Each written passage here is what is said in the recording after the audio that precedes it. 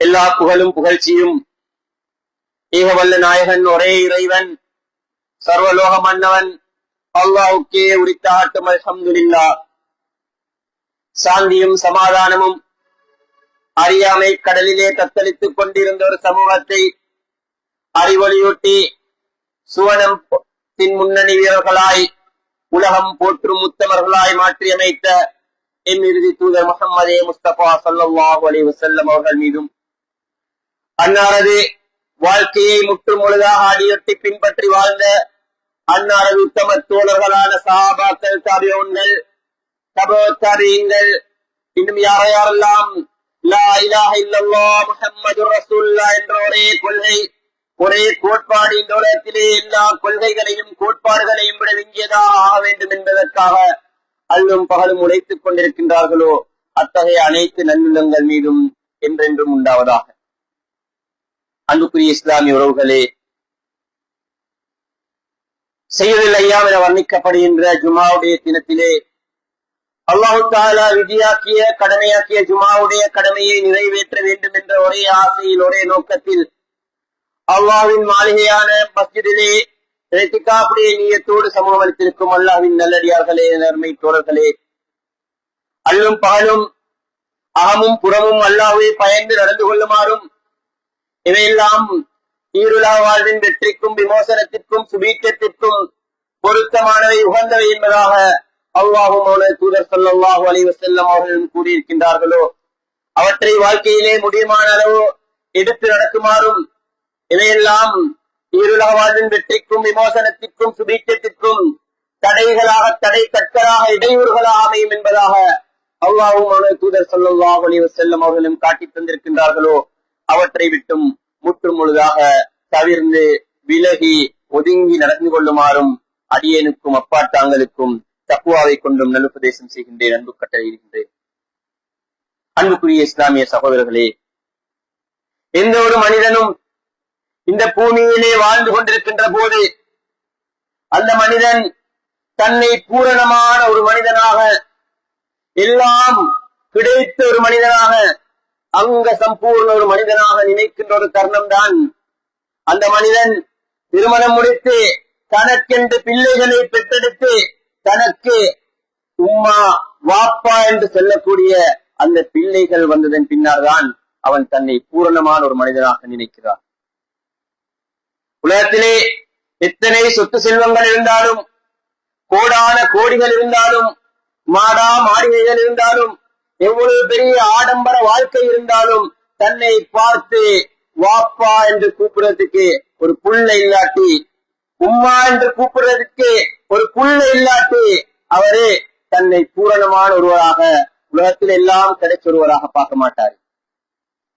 எனவே இதற்காக இன்றைக்கு இந்த சமூகத்தில எத்தனையோ முயற்சிகளும் எத்தனையோ சிரமங்களும், அதே முஸ்லிம்களாக இருந்தால் முஸ்லிம்களுக்கு ஏற்ற வகையிலும், அடுத்தவர்கள் அவர்களுக்கு ஏற்ற வகையிலும், கை இயங்காத கடவுள்கள் இல்லை என்ற அளவுக்கு, ஏறாத கோயில்கள் இல்லை என்ற அளவுக்கு, தரிசிக்காத பள்ளிவாய்கள் இல்லை என்ற அளவுக்கு அதற்கான முயற்சிகளை செய்து கொண்டிருக்கின்றார்கள்.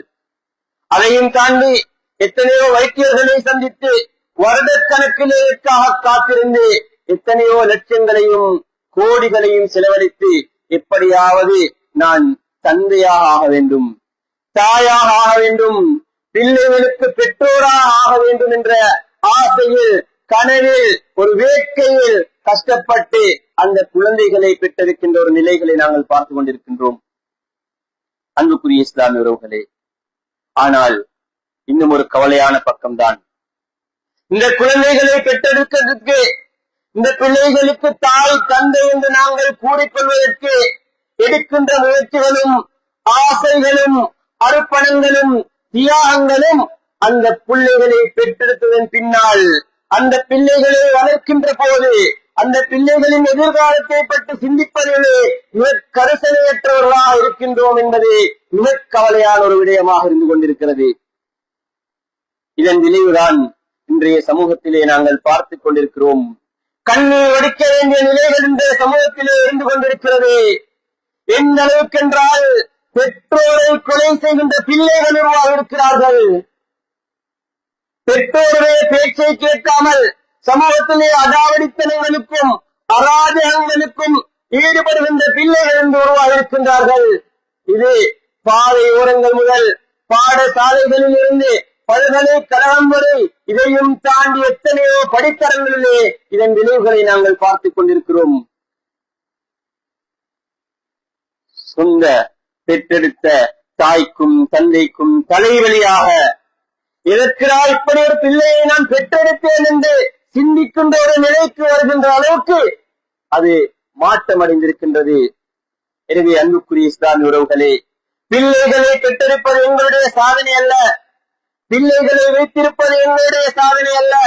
அந்த பிள்ளைகளை அல்லாஹ்வும் அவனது தூதரும் விரும்புகின்ற விவகாரம் வளர்த்தெடுப்பதுதான் எங்களுடைய உண்மையான சாதனை இருக்கிறது. இஸ்லாம் பிள்ளைகளை பற்றி எந்த அளவு தூரம் யோசிக்கின்றது, எந்த அளவு தூரம் பார்க்கின்றது என்றால், அல்லாஹு தஆலா தன்னுடைய திருமறையிலே பிள்ளைகள் என்பது அல்லாஹ்வால் தான் விரும்பியவருக்கு கொடுக்கப்படுகின்ற அல்லாஹ்வின் மிகப்பெரிய பரிசாக கூறுகிறார். அல்லாஹ்வின் அருள் அது, அல்லாஹ்வின் கொடை. லில்லாஹி முல்கு ஸமாவாதி வல் அர்த் யஹ்லுகு மா யஷா யஹபு லிமன் யஷா இனாஸா வ யஹபு லிமன் யஷா ذுகூர். இந்த வானம் பூமி அனைத்தும் அல்லாஹ்வுக்கு சொந்தமானது. அவன் இந்த பூமியிலே வானத்திலே அவனுக்கு விருப்பமான அனைத்தையும் படைக்கிறான். அதே நேரம் யஹபு லிமன் யஷா இனாஸா, தான் விரும்புகின்றவர்களுக்கு, தான் நாடியவருக்கு அவன் ஆண் குழந்தைகளை பரிசாக கொடுக்கிறான். தான் நாடியவர்களுக்கு ஆண் குழந்தைகளை கொடுக்கிறான், தான் நாடியவர்களுக்கு பெண் குழந்தைகளை கொடுக்கிறான். இன்னும் சிலருக்கு அவன் விரும்பினால் ஆண்களையும் பெண்களையும் சேர்த்து கொடுக்கிறான். அதே நேரம் அவன் நாடியவர்களை பிள்ளை பேரற்றவர்களாக ஆக்கி வைக்கிறான். எனவே பிள்ளையை தருகின்றது அல்லாஹ். பிள்ளை என்பது அல்லாஹ்வின் அருள், அது அல்லாஹ்வின் பரிசு, எங்களுக்கு சொந்தமான ஒன்றல்ல. அன்புக்குரியவர்களே, இந்த பிள்ளைகளை அல்லாஹ்வின் அருளை அல்லாஹ் விரும்புகின்ற விதத்திலே நாங்கள் வளர்க்கின்ற போது அந்த பிள்ளைகள் எங்களுக்கு கண் குளிர்ச்சியாக மாறுவதாக குர்ஆன் குறிப்பிட்டு காட்டுகின்றது. அல் குர்ஆன் எங்களுக்கு கற்றுத் தருகின்ற ஒரு துஆ தான், வல்லதீன யகூலூன ரப்பனா ஹப் லனா மின் அஸ்வாஜினா வ துர்ரியாத்தினா குர்ரத அயுன். இறைவா, எங்களுக்கு எங்களுடைய மனைவியிலிருந்தும் பிள்ளைகளிலிருந்தும் பரம்பரையிலிருந்தும் கண் குளிர்ச்சியை தந்து விடுவாயாக. எத்தனை பேர் என்று எங்களுடைய குழந்தைகளை கண் குளிர்ச்சியாக பார்க்கிறோம்? அல்லது அது ஏண்டா வந்தது, இந்த பிள்ளையால் ஒவ்வொரு நாளும் ஏன் கண்ணீர் அடிக்கிறோமா அந்த பிள்ளையை நினைத்து? எனவே பிள்ளை பாக்கியம் என்பது ஒரு மனிதனுடைய வாழ்க்கையில் கண் குளிர்ச்சி. அதே போல் இன்னொரு சந்தர்ப்பத்திலே அல்லாஹ் தஆலா பிள்ளை என்பது, குழந்தைகள் என்பது எங்களுடைய வாழ்க்கைக்கான மிகச் சிறந்த ஒரு அலங்காரம் என்பதாக கூறி காட்டுகிறான். அல் மால் வல் பனூன் ஜீனத்துல் ஹயாத்துத் துன்யா. சொத்து செல்வங்களும் குழந்தைகளும் இந்த வாழ்க்கையின் அலங்காரங்கள். எங்களுடைய வாழ்க்கையை அலங்கரித்துக் கொண்டிருக்கின்ற சொத்துக்கள் அவர்கள். எங்களுடைய வாழ்க்கை அழகாகவும் சிறப்பாகவும் ஆகிறது இந்த குழந்தைகள் மூலமாக என்பதாக குர்ஆன் குறிப்பிட்டு காட்டுகின்றது. அது மாத்திரமல்ல, குழந்தை பாக்கியம் மிக பெரும் ஒரு பாக்கியம். ஒரு மனிதன் இந்த மண்ணிலே பூமியிலிருந்து விடை பெற்று சென்றாலும் அந்த மனிதனுக்கு மறுமை நாள் வரையிலே நன்மைகள் வந்து கொண்டிருப்பதற்கான மிக முக்கியமான ஒரு வாயில் இந்த குழந்தைகள். அல்லாஹ்வின் தூதர் ஸல்லல்லாஹு அலைஹி வஸல்லம் கூறி காட்டினார்கள், இதா மாத இப்னு ஆதமின் கதான் வஅமலுஹு இல்லா மின் ஸலாத். ஆதமுடைய மகன் மரணித்து விட்டால், இந்த பூமியை விட்டும் பிரிந்து விட்டால், 3 விடயங்களை தவிர அனைத்தும் அவனை விட்டும் துண்டித்துவிடும். எல்லா நன்மைகளுக்கான வாயில்களும் மூடப்பட்டுவிடும். ஆனா நன்மை வாரத்துக்கு இருக்கிற அந்த 3 வாயில்கள்ல ஒரு வாயிலாக அல்லாஹ்வின் தூதர் ஸல்லல்லாஹு அலைஹி வஸல்லம் கூறினார்கள், அவ்வலதின் சாலிஹின் யதுஉ லஹு.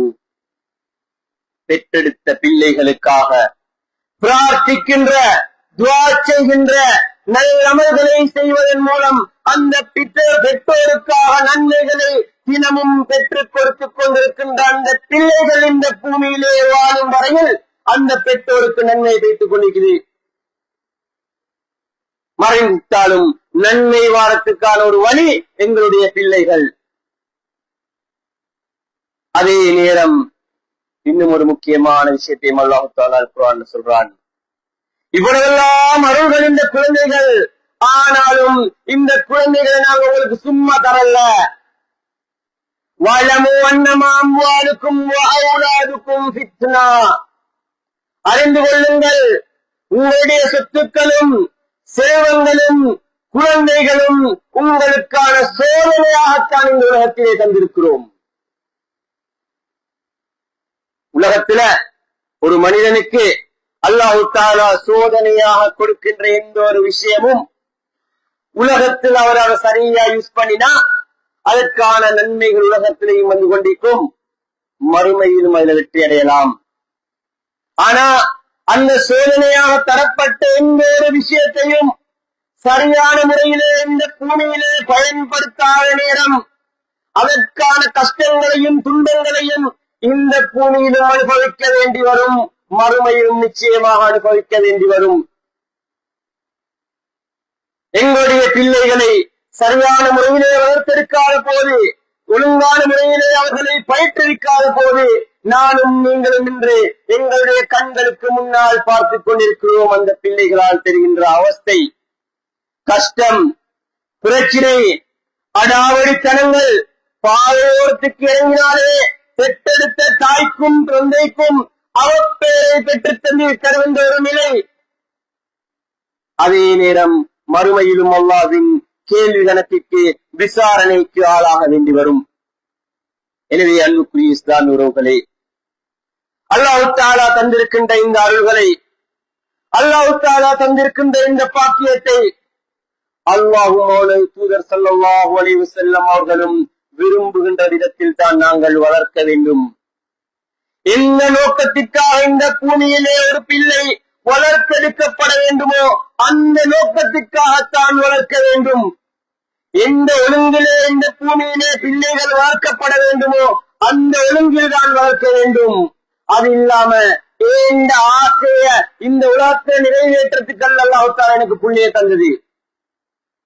நான் அடைய விரும்பின கனவுகளை இந்த பூமியில நினைவுகளாக மாற்றுவதற்காக அல்லாஹ் தஆலா இந்த பூமியில பிள்ளைகளை தந்தது.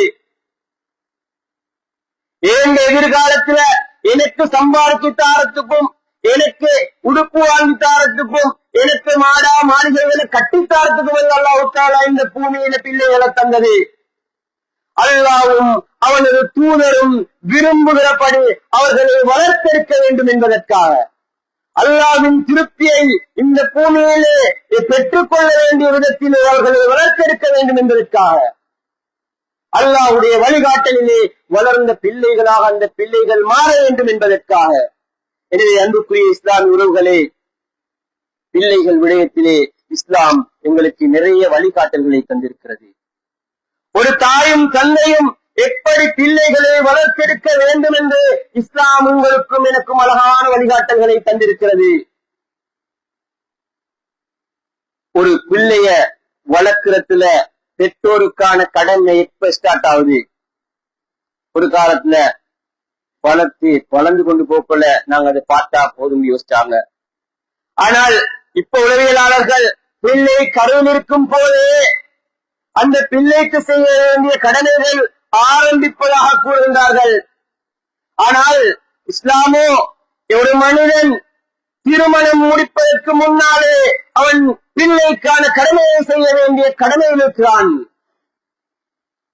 திருமணம் முடிக்கிற நேரம் ஒரு ஆண் தனக்கு தேவையான மனைவியை பார்க்க போற நேரம் தனக்கு தேவையான அழகான ஆடம்பரமான மனைவியை பார்க்கல, தான் பெற்றெடுக்க போகின்ற பிள்ளையை அழகான முறையிலே வளர்த்தெடுக்கக்கூடிய சாலிஹான அல்லாஹ்வோடு நெருக்கமான மார்க்க விடயங்களிலே ஆழமான அறிவுள்ள ஒரு மனைவியை பார்த்தெடுக்க வேண்டும் என்பதாக இஸ்லாம் கூறி காட்டுகின்றது.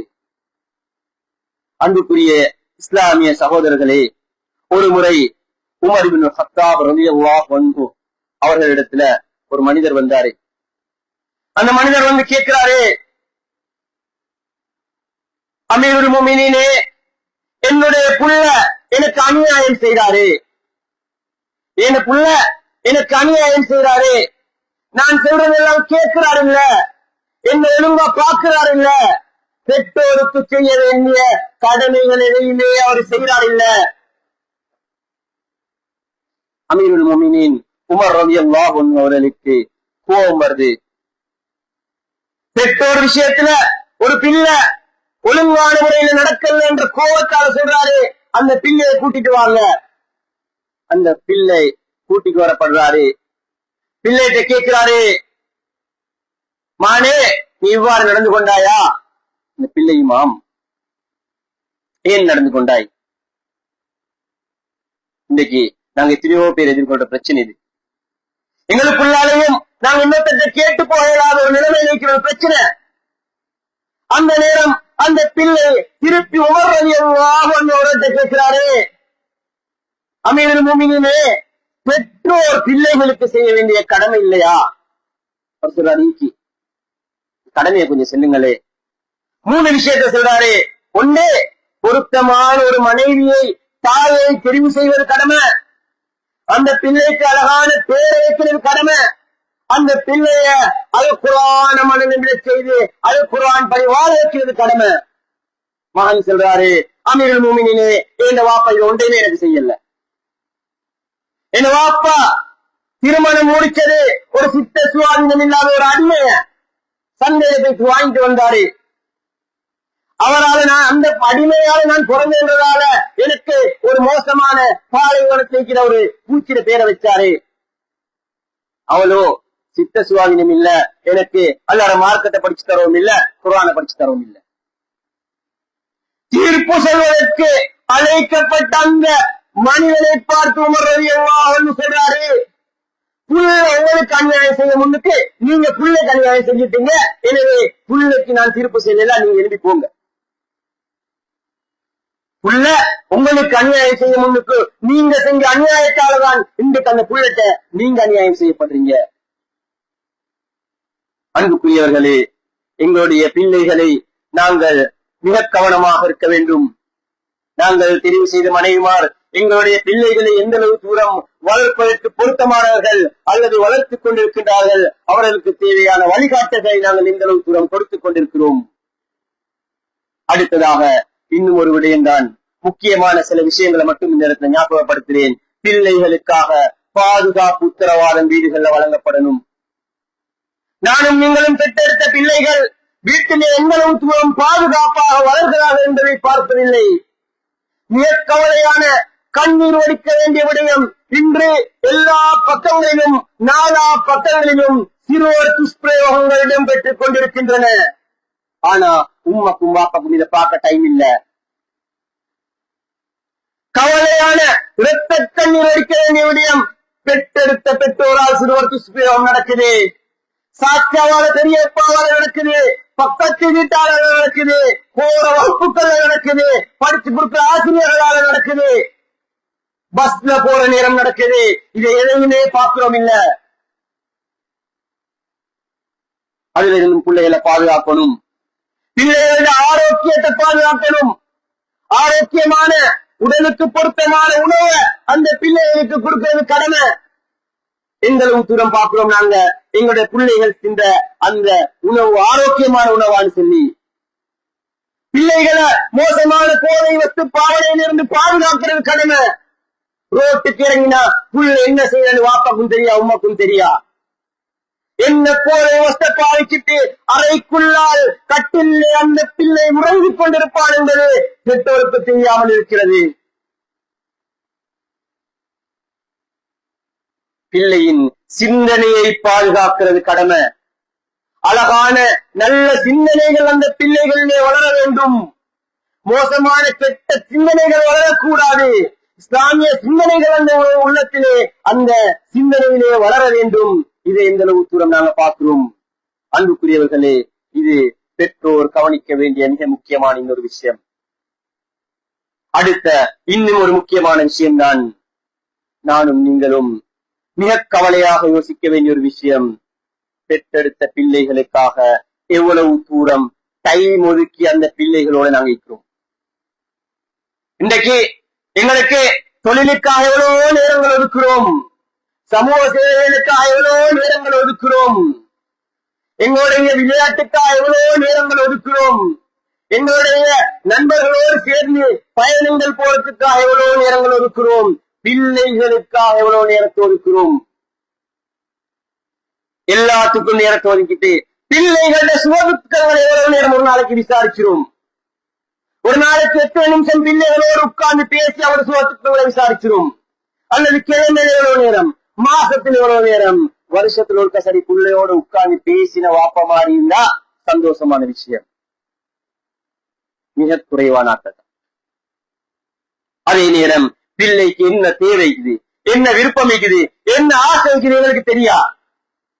உட்கார்ந்து பேசுறதுக்கு டைம் இல்ல. புள்ள என்னமா தேவை உம்மட்ட சொல்லி உம்மை இன்னொரு பக்கத்தால வந்து செல்லணும். அதே நேரம் புள்ள படிக்க போயா இல்லையா, ஸ்கூலுக்கு போறத பத்தி எங்களுக்கு தெரியுமா? மிக கவலையான விடயம். எத்தனை தந்தைமாருக்கு தெரியும் தன்னுடைய பிள்ளைகள் எத்தனை வகுப்பிலே படித்துக் கொண்டிருக்கிறார்கள் என்பது மிக கவலையான விடயம். எத்தனை பெற்றோர் கூட்டங்களிலே போயிட்டு பாடசாலையில தந்தைமார் பங்கெடுத்து பிள்ளைகளை பற்றி ஆசிரியர்கள்ட்ட அதிபர்கிட்ட விசாரிச்சுப்போம். பாதையோரங்கள்ல சுற்றி திரிய விடுறோம். அந்திகாயினா பிள்ளைகள் ஒரு தொங்கல் இருந்து போயிட்டு இன்னொரு தொங்கலுக்கு போறாங்க. யாரோட சேர்றாரு, அவருடைய நண்பன் யாரு, பொருத்தமானவரா நல்லவரா, அவர்கிட்ட நல்ல பழக்கங்களை படிச்சு கொள்வாரான்னு எத்தனை பேர் பார்க்கிறோம். அன்புக்குரியவர்களே, பாடசாலை போயிட்டு வீட்டுக்கு வாரக்குள்ள, கிளாஸுக்கு போயிட்டு வாரக்குள்ள படிச்சுக்குதா, பிள்ளையோட தொப்பிய பாத்திக்கிறோமா? மிக கவலையான விடயம். பிள்ளைகள் விஷயத்துல நாங்க பெற்றோர் தந்தைமார் ஒரு பக்கம், தாய் வீட்டு வேலைகளோட வீட்டு வேலைகளை செஞ்சுட்டு அதையும் தாண்டினா ஒரு நேரம் இருந்தா தொலைக்காட்சியோடையும் தொலைபேசியோட நிற்கிறாள். பிள்ளையோட இருந்து அழகாக பேசுறதுக்கு டைம் இல்ல. அன்புக்குரிய பெற்றோர்களே, பிள்ளைகளுக்கு செய்ய வேண்டிய கடமை வெறுமனே சாப்பாடையும் தண்ணியையும் உடுப்பையும் கொடுக்கறதில்ல. அது அல்லாஹ் ரஸாக் நீங்க கொடுக்காட்டி நாங்க கொடுக்காட்டி எப்படி சரி கொடுப்பான். ஆனா அந்த பிள்ளைக்கு ஆரோக்கியமான மனோநிலைய, இந்த சந்தோஷமான நேரங்களை, அழகான சிந்தனைகளை கொடுக்க வேண்டியது பெற்றோட கடமை.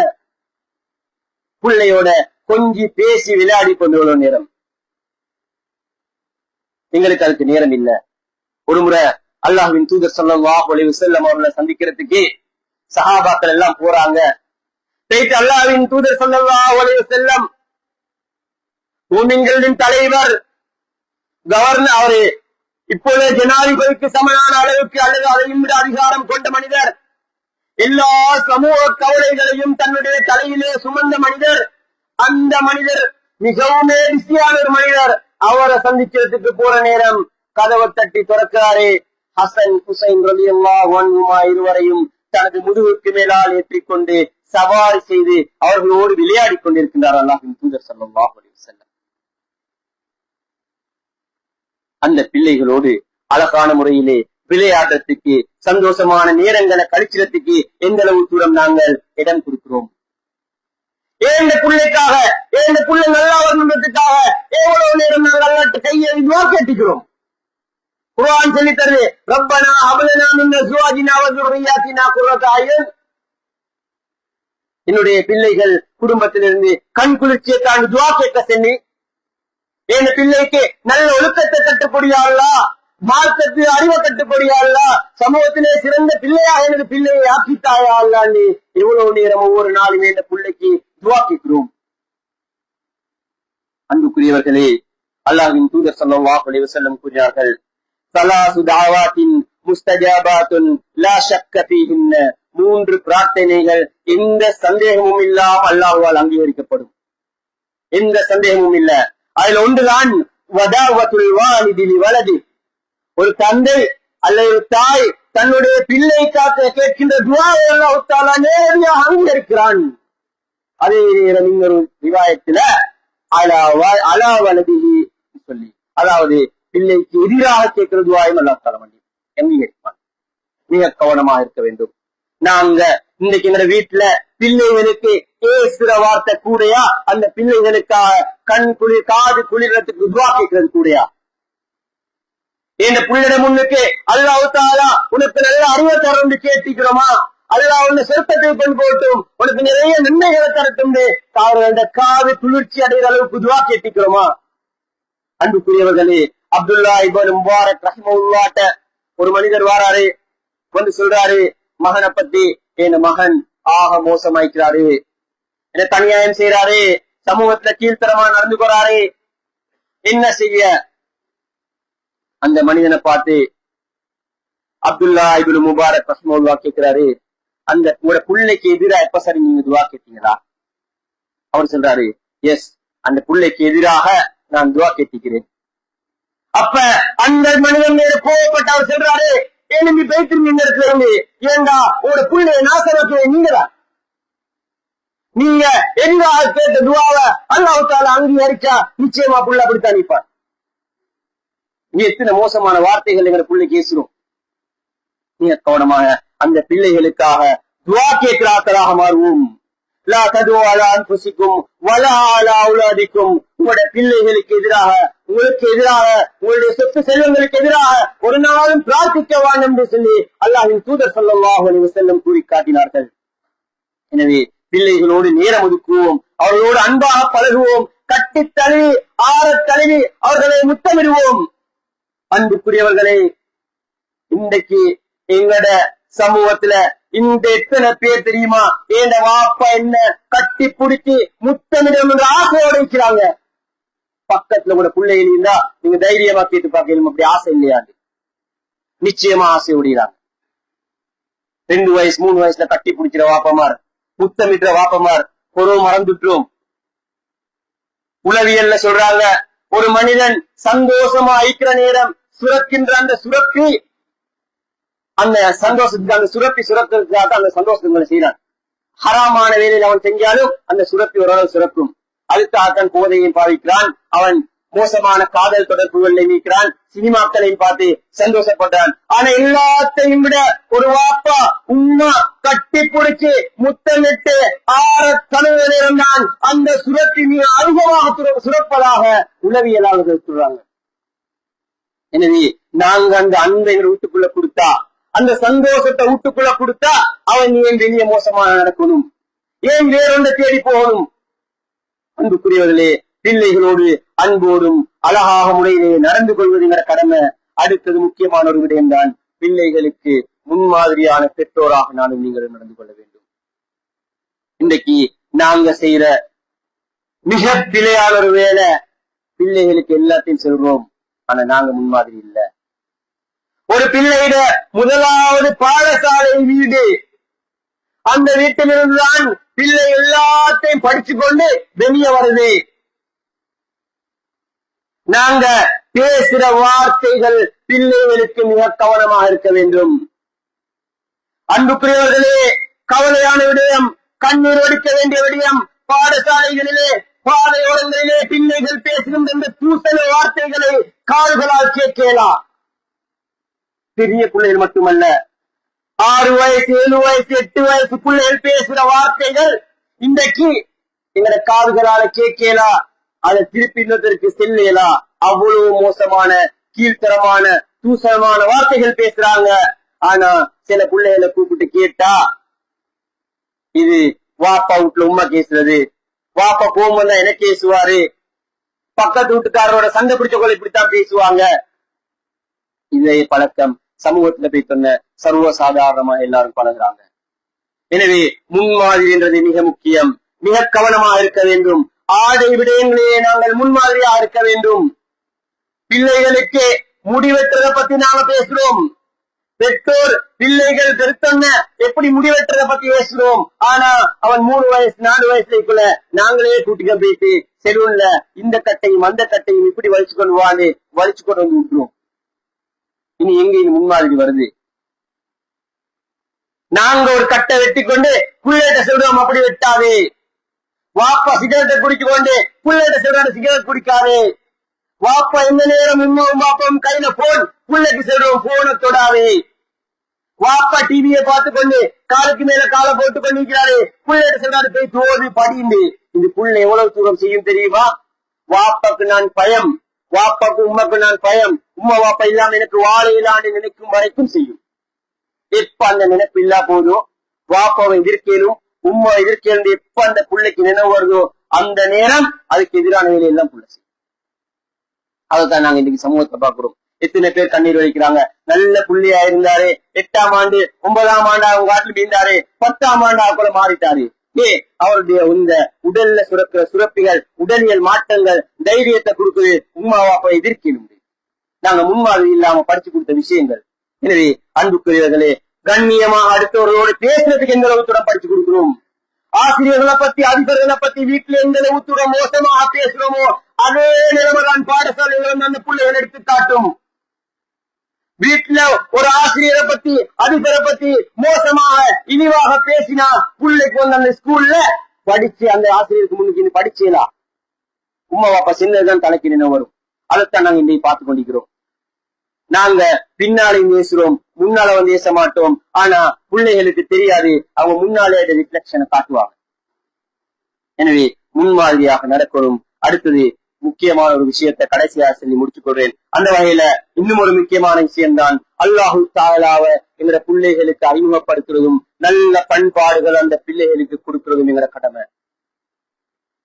வாழ்க்கையில பிள்ளைக்கு எல்லாத்தையும் கொடுக்க ரெடியாகிறோம்.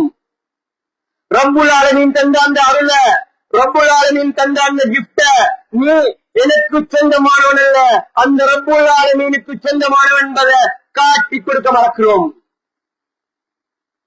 படைச்ச ரப்ப பத்தி உள்ளத்தின் ஆழமான அந்த சிந்தனையை போடுறதில்லை. இஸ்லாமிய உணர்வுகளை, இஸ்லாமிய சிந்தனைகள் அந்த பிள்ளைகளுடைய உள்ளத்துல வளர்க்க மறக்கிறோம்.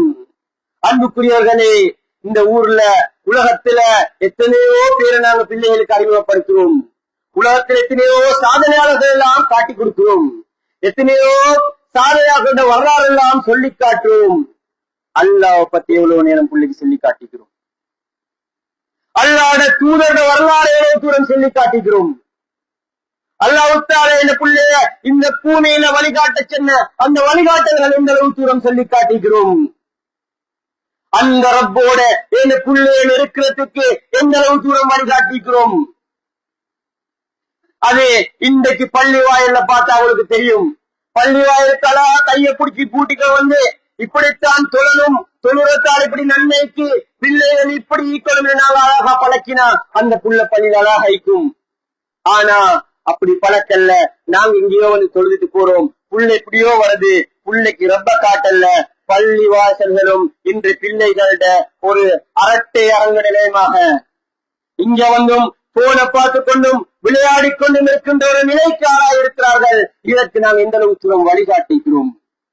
அல்லாத கலாம ஓதத்துக்கு எந்த அளவு தூரம் இந்த பிள்ளைகளுக்கு நாங்கள் வழிகாட்டிக்கிறோம். அன்புக்குரியவர்களே, நல்ல பண்பாடுள்ள மனுஷனா வாழ்றதுக்கு எவ்வளவு வழிகாட்டிக்கிறோம். எந்த அளவு தூரம் என் பிள்ளைக்கு நல்ல பண்பாடுகளை நாங்கள் சொல்லிக் கொடுத்திருக்கிறோம். என் உம்மாவையும் வாப்பாவையும் பத்தி எந்த அளவு தூரம் அந்த பிள்ளைய உள்ளத்துல கண்ணியமாக நாங்கள் வளர்த்து கொடுத்திருக்கிறோம். எந்த நானவையும் தம்பியையும் பத்தி பிள்ளைய சாட்சியா பெரியப்பாவை பத்தி எந்த அளவு தூரம் நல்ல உணர்வுகள் அந்த பிள்ளைகளுக்கு கொடுத்திருக்கிறோம். அன்புக்குரியவர்களே, மன்னித்துக் கொள்ளுங்கள். நாங்க ஏந்த நானவை பத்தி ஏந்த தம்பியை பத்தி புள்ளைய முன்னுக்கு மோசமா பேச பேச நாளைக்கு அந்த புள்ள குடும்ப உறவுகளை சேர்த்து வாழாது. நாளைக்கு அந்த புள்ள ஏந்த நான தம்பியோட சாட்சியா பெரியப்பாவோட சண்டை முட்டி கொண்டான் வாழும். இதுக்கு நாங்க தான் வழிகாட்டுறோம். நாளைக்கு இதே நிலைமை எனக்கும் உங்களுக்கும் வரும். நான் என் உம்மாவையும் பாப்பையும் பத்தி அந்த பிள்ளைக்கு எந்த அளவு தூரம் கண்ணியத்தை உள்ளத்துல வளர்க்கிறேனோ அதே கண்ணியம் என்னை பத்தியும் என் மனைவியை பத்தியும் பிள்ளைக்கு வளரும். எவ்வளவு மோசமாக வளர்க்கிறேனோ அதே நிலையில நாளைக்கு நாங்க வயோதிகராக அவங்க எங்களை விட்டுட்டு போவாங்க. அதுதான் இன்றைக்கு நாங்க பார்த்து கொண்டிருக்கிற எத்தனையோ அடாவடித்தனங்கள், அட்டூழியங்கள், அனாச்சாரங்கள் எல்லாம் நடந்து கொண்டிருக்குது. அன்புக்குரிய இஸ்லாமியர்களே, அல்லாஹ்வின் தூதர் ஸல்லல்லாஹு அலைஹி வஸல்லம் கூறினார்கள், நீங்கள் உங்கள் குழந்தைக்கு சிறந்த ஒழுக்கத்தையும் பண்பாடுகளையும் கற்றுக் கொடுப்பது நீங்கள் ஒவ்வொரு நாளும் ஏழைகளுக்கு தர்மம் செய்வதை விட சிறந்தது. பிள்ளைகளுக்கு சிறந்த ஒழுக்கத்தை, நல்ல பண்பாட, நல்ல விழுமியங்களை படிச்சு கொடுக்கிறது, பிராக்டிஸ் பண்ண வைக்கிறது ஒவ்வொரு நாளும் தர்மம் செய்யறதை விட மேலானது. நாளை மறுமை வரை அது நன்மை வந்து கொண்டே இருக்கக்கூடியது. அன்புக்குரியவர்களே, நானும் நீங்களும் ஒரு கணம் சிந்திச்சு பார்ப்போம். ஒரு நிமிஷம் இந்த கேள்விகளுக்கு எனக்கு என்ன பதிலுக்கு யோசிச்சு பார்ப்போம். நாளை மஹ்ஷர் மைதானத்துல நானும் என்ற பிள்ளையும் மண்ணெடுத்து நின்று கொண்டிருக்கிற நேரத்துல அல்லாஹ்வுடைய சன்னிதானத்துக்கு முன்னால அல்லாஹ்வின் விசாரணை ஆரம்பமாகி விசாரணைக்காக அந்த இடத்திலே நிற்கின்ற நேரத்திலே என்னுடைய பிள்ளை என்னை பார்த்து, தந்தையே, தாயே, எத்தனையோ மொழிகளை எல்லாம் உலகத்துல நீங்க எனக்கு படிச்சு தந்தீங்களே, அல்லாஹ்வுடைய கலாம அது குர்ஆன் ஓதுறதுக்கு நீங்க எனக்கு படிச்சு தரலையே, ஏன் வாப்பா எனக்கு இந்த அநியாயத்தை செஞ்சீங்க, ஏன் உமா இந்த அநியாயத்தை செஞ்சீங்கன்னு கேட்டா என்ன பதில் சொல்ல போறோம்? நீங்க இந்த பூமியில எத்தனையோ பாடங்களை எல்லாம் என்ன பாடமாக்க செஞ்சீங்க, எத்தனையோ பாட்டுக்களை எல்லாம், எத்தனையோ கவிதைகளை எல்லாம், எத்தனையோ உரைகளை எல்லாம் மனநிமிட செஞ்சீங்களே, அல் குர்ஆன் சில வசனங்கள் எனக்கு மனநிமிட செஞ்சீங்களா?